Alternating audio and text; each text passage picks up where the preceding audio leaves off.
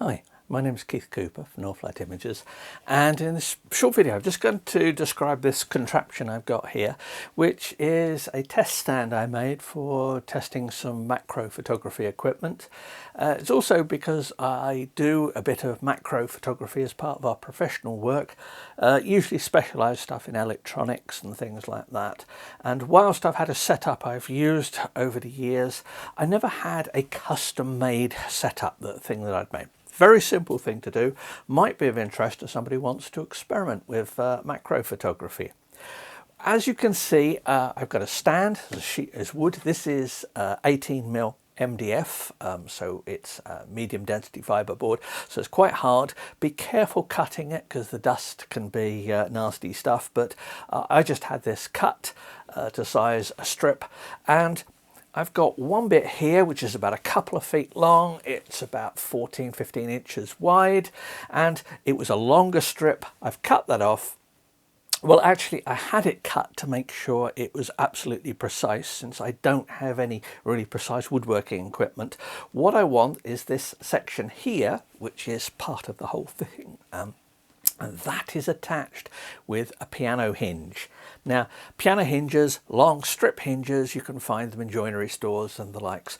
They are very useful in that they don't have much give in them if you use the whole width of it. So it's screwed into this board, and effectively I have a camera stand that I can tilt up like this. It folds, so it makes it very solid. There are some soft feet on the bottom. Oops, it drops into place. There are some soft feet on the bottom to try and absorb a bit of vibration. It's also on a very heavy duty desk. Now, this is what I've used in the past for macro photography, but I haven't had a thing put together. Now, what am I using for it? I've got a StackShot device here. Now, the StackShot is a micro stepper. It's controllable. I can make it step backwards and forwards. Now, I can control this by a computer, so I would use for normal macro photography, I would use something like Helicon Focus. Got lots of details on that and written articles on the Northlight site, which I'll put some links to if you're curious. But this is just using my Canon 5DS here, MP-E 65mm macro lens, and I'm using the free EOS utility software here to give live feedback for it. So if I move it, I've got a coin there. If I just move it forward, you'll see how the plane of focus is very thin and how it steps through. Just go back, and there we go. Now, what I would normally do, this is at F5 I think it is at the moment, I'd set up the software, take a series of shots, and so the StackShot just moves the camera backwards and forwards. The nice thing about the pivot I've got here is I can change the angle very easily and I don't disturb anything.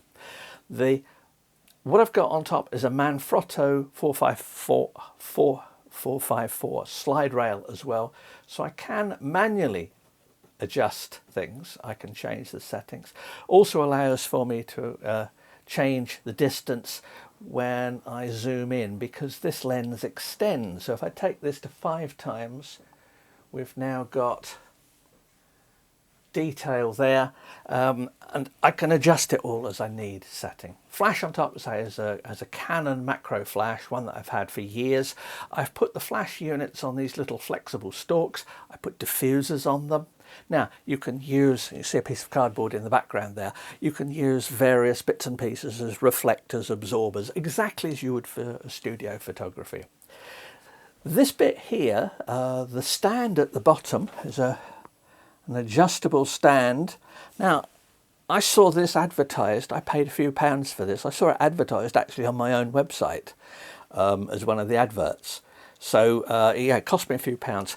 It is not absolutely precise, because a lot of things like this, they will have backlash in the gearing.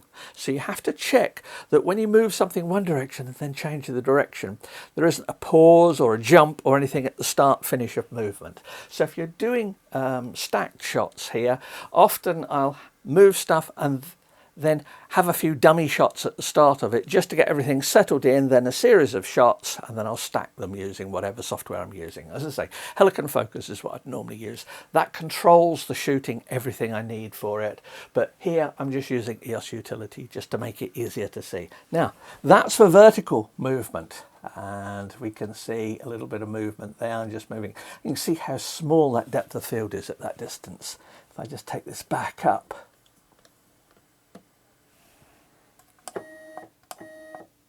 very small depth of field, even at this side. This is 1:1, and that was 5 times magnification.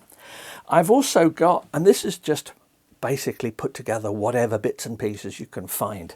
Here is a slide rail. This is a Rigetti one. You can see it's moving sideways.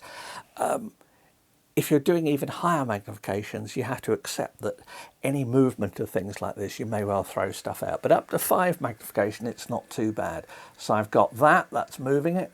I'm just using this piece of cardboard here, which has been cut to the size to fit in an Arca head, Arca slot mount here. I've got an adjustment at the side here. I can rotate things as well. Get the right one. There we go. That's rotating. So I can set stuff up as I need. This is purely experimental. That's why everything has this sort of cobbled together look about it. But the point is everything works on it. So I'm going to be doing some experiments. I've got, as I said, a macro tilt shift lens that I want to still test to try out a few ideas. Show some bits about when you might or might not choose to use macro with tilt.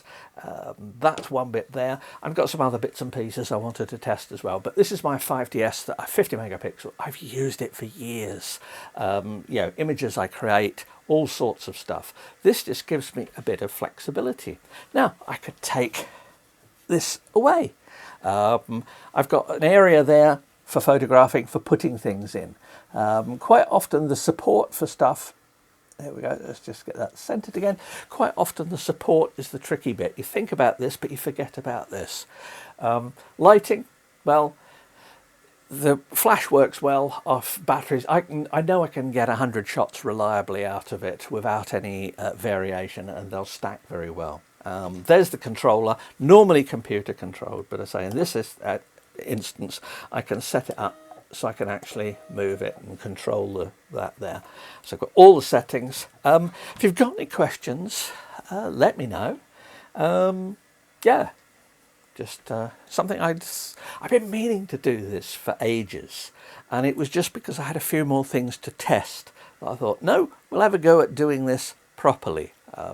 I'm sure people, if you've got lots of mechanical skills and a workshop, you can come up with something far better looking than this. But the whole point is, by using this dense wood, having it with soft pad and that, the whole thing is remarkably vibration resistant. And I have to be careful with that because this house was built in 1888, and if I'm doing even bounce up and down a little bit, there's enough flexibility in the floors for things to show up movement. This just works. Put whatever you like in there. I'll have some examples of it when I do some testing, and hopefully it can make it just a bit easier to get some shots. Anyway, thanks for watching, and I hope that was of some interest. Bye.